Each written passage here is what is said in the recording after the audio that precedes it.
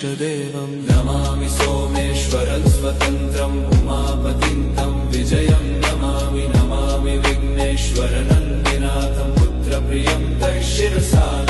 नमामि देवं भवदुःखशोकविनाशनं चन्द्रधरं नमामि नमामि गङ्गाधरमीशमीड्यमुमाधगं देववरं नमामि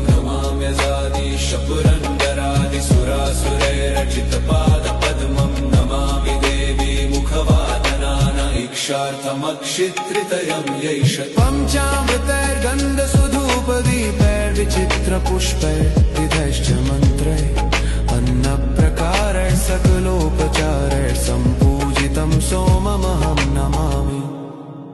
नमामि शम्भुं पुरुषं पुराण नमामि शरणं कमपारवाम नमामि रुद्रं प्रभुमक्षयम् इष्टदेवं नमामि सोमेश्वरं स्वतन्त्रम् उमापतिं तं विजयं नमामि नमामि विघ्नेश्वरनन्दिनाथं पुत्रप्रियं तं शिरसा नमामि देवं भवदुःखशोकविनाशनं चन्द्रधरं नमामि नमामि गङ्गाधरमीशमीड्यमुमाधगं देववरं नमामि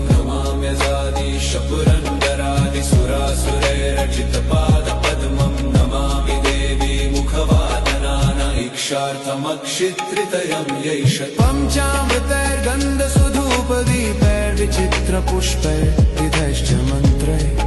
अन्नप्रकारैः सकलोपचारैः सम्पूजितं सोममहं